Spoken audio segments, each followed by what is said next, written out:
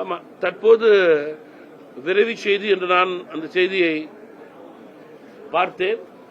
பொதுவாக தமிழக வாக்காளருடைய எதிர்பார்ப்புக்கு நேர்மாறாக இருப்பதாகவே என்னுடைய கருத்து.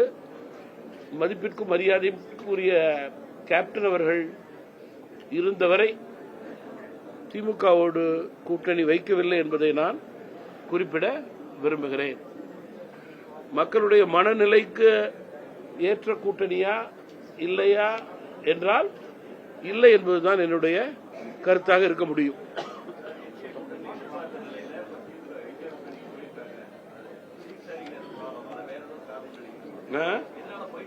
இல்ல அது ஜனநாயகத்திலே ஒவ்வொரு கட்சிக்கும் அவரவர்கள் கூட்டணியை தேர்ந்தெடுப்பதற்கு அவரவர்களுக்கு உரிமை இருக்கிறது, அதிகாரம் இருக்கிறது. அதுல வேற எந்த கட்சியும் தலையிட முடியாது. கருத்து கேட்டா கருத்து சொல்லலாம். என்னுடைய கருத்தை நான் பதிவு செய்திருக்கிறேன்.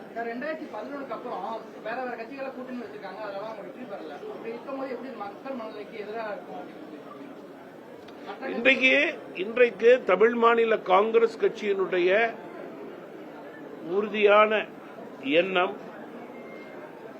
மக்கள் மனநிலை தமிழகத்திலே தேசிய ஜனநாயக கூட்டணி மத்தியிலே தமிழகத்திலே அதிமுக தலைமையிலான கூட்டணி உறுதியாக வெற்றி பெறுகிறது.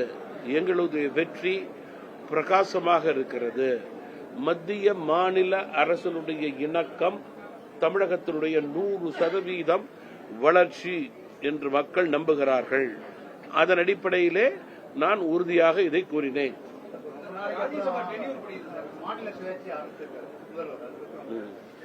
நீங்க இந்த பேப்பர்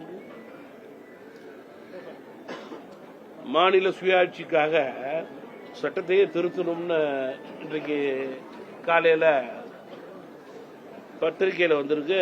நம்முடைய மரியாதைக்குரிய முதல்வர் அவர்கள் சட்டமன்றத்திலே கூறியிருக்கிறார்கள். இந்திய அரசியலிலே திமுக காலம் செலுத்திய இந்திய அரசியலிலே திமுக அதனுடைய கட்சி ஆதிக்கம் செலுத்திய போதெல்லாம் மாநில சுயாட்சி பற்றியோ இந்தி திணிப்பு பற்றியோ அதிகமாக ஆர்ப்பாட்டம் போராட்டம் பேசியதாக எனக்கு தெரியவில்லை. மாறாக மத்தியிலே ஆட்சியிலே இருந்தபோது நல்ல இலாக்காக்களை பெறுவதில் தான் போராடி கொண்டிருந்ததாக பத்திரிகை செய்தியை பார்த்திருக்கிறோம். மரியாதைக்குரிய வாஜ்பாய் அரசோடு அவர்கள் அங்கம் வகித்த போது கூட, காமன் மினிமம் புரோகிராம் என்று கூறிய போது கூட இதனை அவர்கள் வலியுறுத்தியதாக எனக்கு தெரியவில்லை. மற்ற இந்தியாவில் உள்ள பிரதமர்களிடம் இதை அழுத்தமாக வலியுறுத்தியதாக எனக்கு தெரியவில்லை.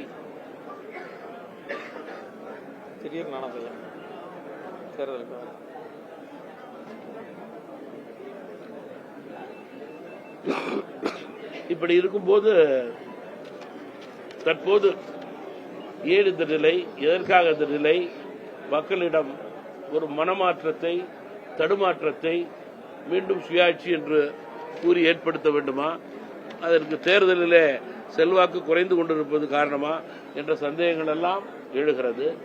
மேலும் இந்தியாவை பொறுத்தவரையில் பல மொழி, பண்பாடு, கலாச்சாரம், நீர்வளம், நிலவளம் ஆகியவை கொண்ட நாடு நம்முடைய நாடு. இப்படிப்பட்ட நம்முடைய நாட்டை வலிமையான நாட்டாக, ஒற்றுமையான நாடாக உருவாக்க வேண்டும் என்பதற்குத்தான் ஐயா டாக்டர் ராஜேந்திர பிரசாத் தலைமையிலே அண்ணல் அம்பேத்கர் அவர்கள் நமக்கு இந்தியாவினுடைய மிகப்பெரிய சட்டங்களை உருவாக்கினார்கள் என்பது அனைவருக்கும் தெரியும். அரசியல் சட்டம் ஏன் உருவாக்கப்பட்டது, அதில் அனைத்து பிராந்தியம், மொழி சார்ந்தவர்கள் இருந்தார்கள். அதனுடைய நோக்கம் இந்தியாவினுடைய ஒற்றுமை, வலிமை, இந்தியாவை பாதுகாப்பதுதான். அதனுடைய நோக்கம் நிறைவேற வேண்டும் என்றால் இது தொடர வேண்டும்.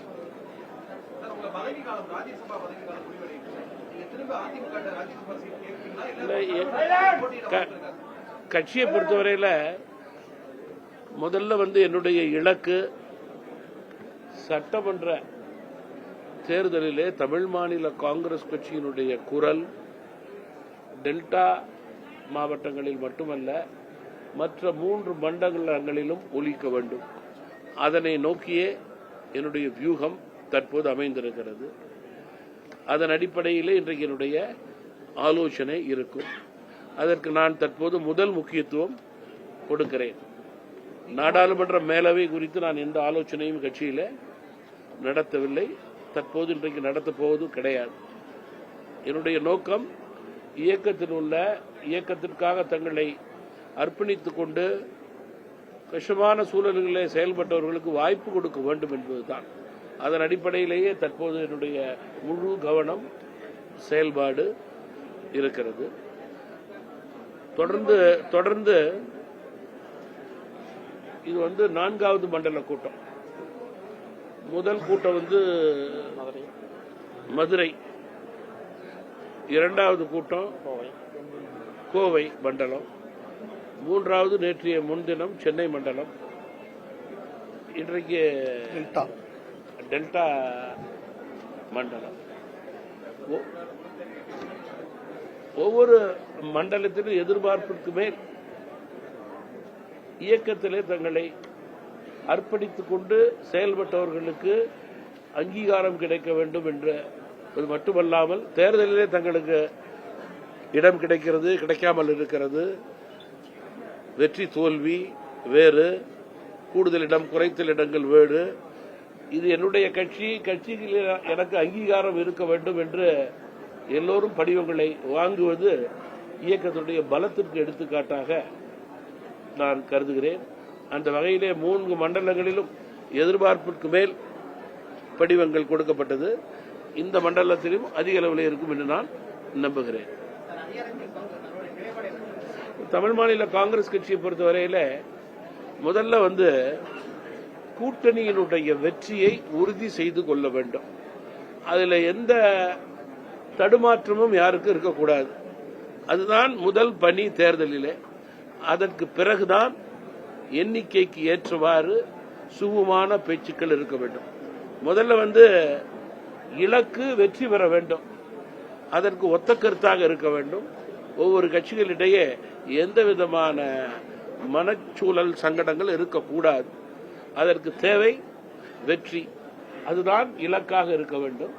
அந்த கூட்டணி தர்மத்தை தமிழ் மாநில காங்கிரஸ் கட்சி கடைபிடிக்கிறது.